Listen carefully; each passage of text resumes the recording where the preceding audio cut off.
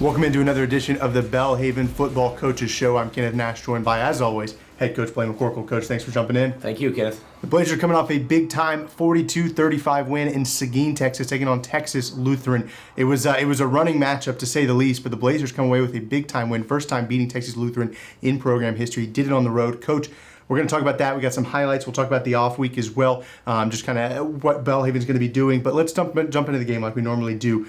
The overarching kind of theme of the game, a lot of running from both sides. It was a physical game, a lot of points scored. What was your thoughts on the game? Well, really excited to come away with a win. You know, that's the farthest trip we'll take all year. We got back Sunday morning at 9 a.m. Yep. Rarely do you have to feed the guys breakfast when you get back, but that's a long trip. So getting out there is a grind, and then you play a very physical game against a really quality opponent, as you mentioned, that we've never beaten before. So to come out of there with a win in the fashion we did, had to win it late, was really exciting. I was really proud of our team's effort. Yeah, the Blazers did have to wait till late. It was a kind of a back and forth game, and I think, I texted you after the game. We were talking after the game, and I said it was a fun game to watch. I said it was probably a lot more fun to watch than be a part of because it was so back and forth. Yeah. When you're talking about your team and talking to your team and in these back and forth battles, how are you preparing them for that? And then, what takeaways do you take away when they walk away, and that was a quality opponent. And there were times that I felt like the momentum was going towards Texas Lutheran, and Belhaven got the stop or got the play they needed to get it back on their side. Yeah, well, one thing we talked to our team about all week is, regardless of records, regardless of current status, this is a team that we've never beaten. Mm-hmm. This is a team that, as we mentioned before, the average score in the history of our rivalry was 32-5. We've never even been close to beating this team. They dominated us throughout the extent of the series, so we really told them, hey, this is going to be a four-quarter fight, and that's what you have to be ready for. And I always talk to the guys about, as you're preparing for a game, especially a game that you know is going to be like this, you kind of just have to have a boxer's mentality. What's Mike Tyson like the night before a game? What's he like that morning before he gets in the ring? And that's the mentality you have to take. Mm-hmm. And that's kind of how it played out. And, at halftime, the message was pretty simple. It was, I told you so. You're in a dogfight, and that's what we expected. And our kids weren't caught off guard by that type of game, and I think that preparation helped us in the end. Yeah, they certainly were prepared, and I think one thing they did really, really well, and you can probably speak to this, is match the intensity. We know Texas Lutheran probably doesn't have the record they would anticipate and want to have at this point in the season or going into that game. They were coming off of a loss that was a tough one to take at Sul Ross. They were up for this matchup. They knew that this was an opportunity for them to get back on the right track. Matching that intensity is something you've preached for your team, and you're starting to see it pay off week in, week out. They're matching and exceeding the intensity of the opposition. Yeah, we're a program right now that doesn't have a choice other than to match or exceed intensity and energy. Yep. Because of location, because of resource, because of history. As I mentioned, regardless of Texas Lutheran's current record, it says Texas Lutheran across their jersey, yep. and that means something in the ASC. Yep. So that in itself carries a lot of weight. So that's something that our kids pride themselves on, as being a team of great energy, kind of overwhelming with your emotion and your passion, and it's kind of who we are, and it paid off for us Saturday. It certainly did. We talked last week about balanced offense, and we're going to start with the offense here today. Talked last week about balanced offense. We saw a balanced offense because we saw Belhaven throw the ball quite a bit a couple weeks ago. Flash forward to this week, 325 rushing yards, 205 passing yards, 530 yards total offense. It was a really, really solid performance all around, but the running game especially was on top of it. Brad Foley had over 100 yards rushing, Mario Seguin had over 100 yards rushing, and Colby Blunt finished with 82 and averaged 10 yards a carry. It was a really, really stellar performance with your running game. Yeah, it was, and a lot of credit to the guys up front. If you watch the film, there's a lot of really well-fit runs in there that created some space, and then there's a couple, to our running backs' credit, that weren't fit well as all. We'll see one of Colby here in a minute where he's bottled up and he just makes a great play. And, to us to be, 18 yards away from having 300-yard rushers in a game is pretty cool. The thing that I'm most excited about that is, the next day we're out on the field, and before practice was talking to Brad. I said, did you ever think you'd see the day when we had close to 300-yard rushers? And his comment was awesome. He said, Coach, if I'd have known Colby was so close, I'd have taken myself out of the game. Yeah. That's awesome. That's awesome. That's when you've got your team culture where you want, when the guy's looking out for his teammate and wanting to see him do well, especially in a position like running back where it's such a me position. So his unselfishness right there spoke volumes as to where our team culture is. It certainly was impressive, and all three rushers also had a rushing touchdown on the game of those top three rushers. But it was balanced because the passing game was going at it too. Mario Seguin finished 16 of 20, 205 yards, 3 passing touchdowns. That's incredibly efficient when you're talking about throwing the ball. 80% completion percentage, 200 yards, 3 touchdowns. Yeah, it was. Really proud of what Mario did with his legs, but his arm as well. 80% is phenomenal. And a lot of times people forget and they talk about our maybe lack of passing that some people do right now, but he did lead the ASC in the spring season in passing efficiency, and he's picked up right where he left off and done even better, and he's taking care of the ball when he's throwing it. So really proud of what he did in the air as well. We got some highlights. Let's take a look at those. We'll start on defense. It was not the best day for the defense because there was a lot of running they had to stop, but they make a nice play here. Luke Fondren gets in the backfield, tackle for loss. Yeah, great play by Luke here early in the game. Gets him a 3-and-out on the first drive. Just doing a good job setting the edge, playing the option, coming off, making a play in the backfield. And you're right, they ran the ball really well too and were effective, and they found some holes in our defense, and those are things that we've got to identify and correct. And I give them a lot of credit. Their quarterback is really a fun player to watch. He's not fun when you're on the other side, but he's a guy when film pops up against other opponents, I'm going to keep an eye on that kid. I mean, he was dynamic, and he runs their offense well, and they know what to do, and really impressed by them. Certainly was entertaining from a viewer's perspective. The offense, though, was really, really solid. We've seen this kind of play design a little bit here. Mario rolling out, hits a receiver that's open in space. This time it's Mike Simpson for his first score of the game. He had 2 in this one. He did. Yeah, this is the first one, and this was the first drive of the game for us. We marched down the field, and we do run a lot of sprint out, a lot of flood routes to the sideline, just scouting ourselves a little bit. We felt like we were able to get that inside receiver to, sell the corner and pop it back out and get him free, get that safety to turn his hips. And what was great there, Mike made a phenomenal catch, but Mario did a really good job throwing him open because the safety played it a little bit better than we were hoping, and Mario recognized it, threw him open, and good to start off the game up 7-0. One theme we've talked about on the running game, Brad Foley, and his ability to run angry, especially in certain situations. Yeah. This was one of those runs. He comes through, slips through the line of scrimmage, breaks a couple of tackles, and it's a 28-yard gain. Yeah, he does a good job here. He and Mario had a little bit of trouble with the mesh here in the backfield. It's a zone read play. We're reading that backside defensive end. And I think he had a little bit of trouble with decision. It slowed him down into his cut, but he was able to self-correct, make the right cut, get in that front side B gap, and get a 28-yard gain to set up our next score. And the next score would come from Mike Simpson, another touchdown for him. He's having a really, really good start to the season, leading a receiver for Belhaven. Slips through the middle right here. Good throw from Mario. Had to kind of put a dart in there. Nice throw and nice catch. Yeah, good ball by Mario. Hit him right in the chest in stride as he crosses the goal line. Mike Simpson, as you mentioned, got our first 2 touchdowns of the game, and he's off to a really good start this season. Really fun player to watch, really fun kid to be around. He just kind of smiles and says, "Yes, sir." I think that's all I've ever heard him say. But neat kid, and happy to see him having some success. This Blazers would have on another touchdown. This is still in the first half. Mario rolling out right, just sneaks up the middle and finds the score. This was a theme that, listening to the home broadcast, they talked about a lot. They were struggling to stop Mario when he decided to take off and run. He breaks off a little touchdown here. Yeah, it was a design bootleg where we had a couple guys we could throw out in the flat or in the back corner right there. They covered it up. Mario put his foot in the ground and got it. That was a crucial score in the game. That was late in the second quarter. They were actually up 21-14 at the time. Allowed us to bring it back to even 21-21 before the half. So that was a really important drive and a really important play from a momentum standpoint before we headed into the half. I think they get one more drive here before where we blocked the field goal, which we'll see in a second. But crucial score there by Mario, and he just looked like he was at a different speed in that play. Yeah, and you teased it.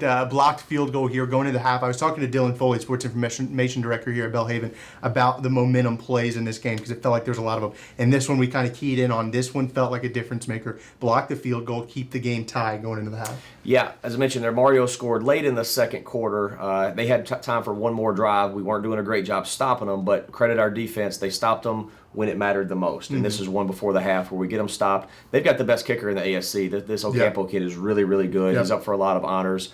So for us to get a hand on that was huge. To take this thing in the halftime 21-21. Had they made that kick, they would have gone up with a lot of momentum, and you never know how things swing from there. So excited to see Carlton Brown get in there and get his hand on that ball. You could certainly feel the momentum. Colby Blunt coming out early in the third quarter, breaks off a 55-yard touchdown run. You talked about this when you had a lot of holes and a lot of nice blocking up front. This one was the running back, though. Got kind of bottled up, breaks it outside, goes down the sideline, 55 yards touchdown. Yeah, same play that Brad broke off a minute ago. We didn't block this one quite as well. It was a 3rd and 1. He does get bottled up in the backfield. We've got to be a little cleaner up front, but this is him just a football player making a football play, and he was able to bounce that thing to the outside, and nobody could catch him. So Sometimes when ours are just better, it makes me look like a good coach. So appreciate Colby's talent on that play for helping us out. Colby had a great day, like we mentioned, over 10 yards a carry, touchdown. Brooks Breimer right here, he's been really, really important to your offense, especially in these kind of close goal line situations, or not goal line, but red zone situations. Gets a touchdown here and has to go through a pretty hard hit, holds onto the ball. Nice play by Brooks. Yeah, Brooks has had a real good season there at tight end. I can't imagine another tight end in our league having more catches than him right now, and he's good for a touchdown just about every game right now. And good job by him holding on to it. Takes a shot, gets the targeting penalty right after it. Everybody's thinking he's hurt right here. He's really just cramping up, so that's on him. He's got to hydrate a little bit better. But it was not a result of the targeting as we thought there when it happened. But exciting to see him make another play for us there. That made us that put us up 35-28 on the first play of the fourth quarter right there. To take the lead the first play of the fourth quarter was big. And we mentioned right before we started recording, this felt like a game where whoever got the back-to-back scores, the back-to-back touchdowns, was going to win it, because it really was back and forth. And it was Belhaven. It was Brad Foley with a nice scamper into the end zone to make it 42-28. And what was effectively would seal it. We saw some nice plays from the defense at the end, though, as well. Yeah, and we mentioned that our defense did struggle at times, stopping the run, stopping the option game, stopping the zone stretch. But as I mentioned there in the first half with the blocked field goal, they were at their best when it mattered the most, and that's really important. And they did get a stop, allow us to get a 2-score lead. We didn't punt in the game. I think we had one where we turned the ball over on downs. We went for it on fourth down in the first half. And then the only other drive we didn't score was when we ran the clock out. So for the defense to give us an opportunity to take that thing to a 2-score lead was huge. Then we drove it down, and Brad was able to punch it in over at the end of a drive where we ran the ball really well. Yep. It's one of those where as a coach you're kind of like, you really don't want him to score because you want to eat some clock, but you're not going to tell him not to. But it did give us a 2-score lead and a chance to close that thing out. Yeah, it certainly did put the Blazers in a strong position. Defense makes some nice stops, like you said. Belhaven walks away with a 42-35 win. Now 2-2 in conference play, 3-2 overall on the season. Coach, after a strong start against Millsaps, we'll go all the way back to week 1. Very, very good start against Millsap. Then you have a couple of rough losses to bounce back in the way that you have over the past couple of weeks. What is that doing for you guys as a team? Well, it definitely builds momentum. It speaks to the resiliency of these kids. The first loss of the season against Southwestern, our program probably needed that loss. Yeah. Just if I'm very honest about it, I'm never going to accept or be excited about a loss. But as you go through your growing pains and you grow as a program, you have to learn how to handle success. Yeah. And when we beat Millsaps, that was our 4th win in a row, which hadn't happened around here in ever. Yep. A long time. We have to learn how to deal with that. And we didn't do that against Southwestern, so we learned our lesson, came back against Hardin Simmons and played probably as well as we could have played against one of the best teams in the country. Didn't come out on top, but we kind of found our groove again. Yeah. And the last 2 weeks when we've been able to come away with back-to-back wins, build some momentum going into this open date, and get ready for the second half of the season. I think one thing that's interesting that I've kind of picked up on preparing for this and for other things, the offense really has been top-notch from start to finish this year. I mean, I say finish, we're only halfway through the season, but start of the season to now, averaging over 30 points a game right now. That's the most Belhaven's averaged in close to at least a decade. I know that. Yeah. That's something I think that was a surprise to at least a few people, how effective that offense is, because you go back to when you first got here, the defense was kind of the linchpin of this team, right? It was kind of an offensive transition. We know that. Now that the offense is clicking, they're one of the hardest teams in the conference to stop. Yeah, we got to keep it that way. Yeah. We're excited about the progress we've made. There's no doubt. We've learned to simplify, to be physical, to play fast, to do what you're coached to do, and to do it at a high level. And our guys are executing really well. I'm pleased with where they are. There's definitely some things in the second half of the season that we're going to work to correct. That's part of one of our goals for this week is to kind of self-scout ourselves and see where we can keep getting better. Yeah. Study our third down tendencies, study our red zone tendencies, see how we're starting games, study our tempos, things like that. See if there's some new personnel groupings or things that maybe we can do while still running the same play. Yeah. So though we're feeling good about where we are, we've made great progress. There's still a long way to go, and we're going to keep trying to keep on going because this second half of the season is no joke. We'll probably play 3 top 25 teams in the second half, and we've got to keep improving. Yeah, it certainly will be a tough second half of the season. But before we get to the next game, we got a couple weeks until Sol Ross. You guys have an off week, so you have a week without a game. I'm curious, from a football perspective, I want to talk about some of the off-the-field stuff too, but from a football perspective, what does this off week kind of do for you in terms of being able to prepare, rest guys, get healthy again, and then push all their, hit smack dab in the middle of the season, so it's going to let you kind of have 2 5-game seasons in a way? Yeah, it comes at a really good time. And again, as I mentioned, we get back from Texas Lutheran at 9 a.m. Sunday morning. Yep. So to not have to come in Sunday afternoon and get right to the film and get on the field that night is good for our guys to get a chance to rest their bodies a little bit. We will practice 3 times during the week this week.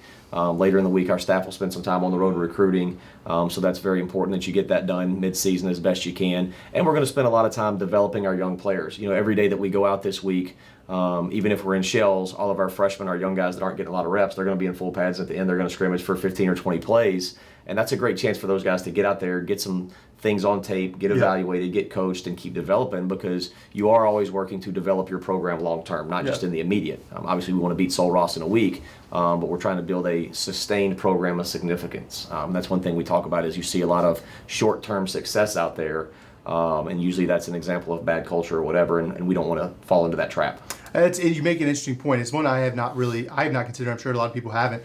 When you're in the middle of the season, you don't get a chance to go do a whole lot of recruiting as a staff, and you're constantly trying to add talent. And this is when high schoolers are playing, right? But you're in the middle of your season as well. So this bye week really, it's a bye week maybe in terms of no game, but it's still very, very busy because you guys got to go out and find the next Blazers. That's right. Yeah, and we try to do a good job during the season. Our home games will always bring recruits in. Yep. If we have a home game that times up well, we'll send our coaches out during the day Friday, maybe slip a couple guys out to a high school game. But Thursday afternoon, once we kind of wrap up our meetings, our whole staff will hit the road, be out all day Friday, get in as many high schools as they can, and we'll all be at high school games Friday night, checking out some local talent and seeing what's out there to keep building this thing. Certainly interesting to see how the dynamic of a week off happens in college football. All right, now off the field, because we know that the Blazers are doing some really cool things off the field, some team bonding, but also some things to help the community, things they've done in past years as well under you. So let's talk about some of the off the field stuff. First off, they were at the theater yesterday. That's right. Yeah, excited about that. This is a really unique university in a lot of ways. For one, it is a ministry, which is cool. So that dynamic is very much a piece of who we are and what we're about, and we're not ashamed of.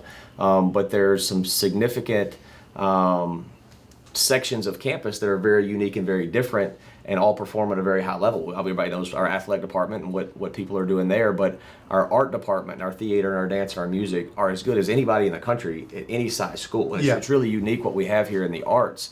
And I wanted our players to have the opportunity to experience that. So I know the theater department came and tailgated for the Southwestern game a couple weeks ago, and they have a busy schedule just like we do, so we really appreciate that. So with COVID, the theater's still limited in size, so they had 30 tickets for us yesterday, so we sent all of our freshmen and our seniors to the play, and it was good for the older guys and the younger guys to bond and them to experience something maybe they haven't. So they went and watched Steel Magnolias, which was pretty neat, and I'll be interested today to see kind of what the feedback was and how they enjoyed it. The pictures I saw, they were all smiling, so I was proud of them getting to experience more than just banging their head off each other and getting some well-rounded experiences. Yeah, certainly. Well, it's always cool to see Blazers supporting Blazers, and that's not just in athletic department, but all around campus. So certainly love to see that. Now, this is Blazers helping support the community. You guys have a pretty cool, unique opportunity to serve coming up this week.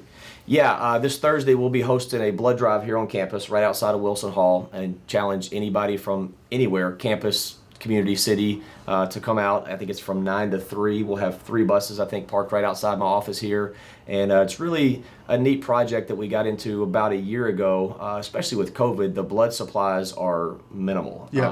We've held 2 so far. The 2 that we've held, we've broken the state record both times for a number of donations in a day, and we want to break it a 3rd time because I can't give you the stats right now, but every time they come, they give us the stats, and it's amazing that I think we had 90-something guys give blood last time, and that supplies just 1 day in the state of Mississippi. So that supply of blood has gone really fast, and it's a need that our hospitals need. So I'm excited that our players have bought into that, kind of adopted it as their own, and just encourage everybody to come out Thursday and help support that. Certainly a great opportunity to not just give back to the community, but the state at large. I know that's something that's really important to you as a program. Take a quick look ahead. We'll be back next week, so don't worry, we will be back next week. But take a quick look ahead. Sul Ross in about a week and a half now, back home in the bowl. Good opportunity to kind of build on momentum, correct? It is, it'll be good to be back home. It's a noon kickoff, which we like that. We've had 3 night games. I like the noon kickoffs because I don't have to sit around and stress all day. I can get up and go play, and then go home and sit on the couch and watch somebody else, watch the ticker go by. But they're a much improved football team. They beat TLU themselves a week ago. They also played Hardin Simmons to a really close game. From what I've studied so far, I think they're pretty salty on defense. They do a good job on defense. They've made some changes at quarterback, things like that. We're still just getting started studying. We're 10 days away, but it'll be a good challenge for us, and we'll be excited to be back home. I'm interested to see, because I know Sol Ross obviously has played a lot of the same opponents we have earlier in the year. There was, I think, a 3-week stretch where we were playing the team that they had played the week prior. That's right, yeah. So you have a lot of common opponents to kind of research. What does that do for you in game planning? And same thing for them. They've played the same teams that you've played, so they can kind of scout against their own scouting, if that makes sense. Yeah, well, it helps. It definitely helps because you do see them every week on film, but the tricky part is you're seeing the other side of the ball. So our defense is seeing the wrong side of the ball, and our offense is seeing the wrong side of the ball for them, but you do recognize, so they kind of swap notes, hey, what are you seeing? Just to kind of get some ideas and get ahead, and then when that week comes, it definitely does help you. But they are a much improved football team. And, Coach Pierce does a great job. They always play hard. They've always got good schemes. They're very well coached. And it'll be a challenge for us. So they play this week. They're the only team in the conference playing this week. They chose to have their non-conference game this week, which for us is probably an advantage. It gives us a little bit of time to rest while they're getting ready for somebody else. Hopefully we can get ahead a little bit because we will need every ounce of film we can get. Before we wrap up, I want to talk about the ASC as a whole. This conference, top to bottom, was always good. It's better than it has been in the past couple of years. Top to bottom is a really, really steep conference. Talking about the number 2 team in the country, Mary Hardin Baylor. Hardin Simmons is top 10. You got ETBU, and now you got Howard Payne as well, who's up there among the the top teams in the country. Really, Belhaven's in that mix. I mean, you're talking about a lot of improved teams. Where top to bottom, there is no easy week in this conference. Yeah, there's not. We've got 5 games left. 3 of the last 5 games potentially could be top 25 teams. ETBU is right there in the top 25 every week, depending on how that shakes out for them. Mary Hardin Baylor's 1 and 2 back and forth every week, and Howard Payne's better than the New York Jets. Yeah, they're phenomenal. When I watch Howard Payne pop up on film, they've got a quarterback that looks like Peyton Manning. They've got a receiver that looks like Marvin Harrison, and they got a running back that looks like Edgerrin James. Yeah. So I think I'm watching Tony Dungy and the Colts from a few years ago. I mean, they're unbelievable what these guys are doing. They're putting up video game numbers. So we can't worry about them. We got to worry about Sol Ross. But down the road, there are some really, really good football teams coming down the pipe. Yeah, the Blazers kick off a tough run in for the rest of the season in a couple weeks. Not this Saturday, next Saturday, noon kickoff against Sol Ross. Make sure to be in the bowl for that one. And then tomorrow, blood drive outside Wilson Hall here at the campus of Belhaven University, 9 to 3, correct, Coach? Correct. 9 to 3. Make sure to come out and support the state and give some blood and be a part of a fun community. So, Coach, thanks for jumping in. Always a great week. Next week, we're gonna have some fun stuff. I think we may have some players get to talk through some fun, maybe off the field stories, everything like that. But Coach, thanks for jumping in this week. Thank you very much.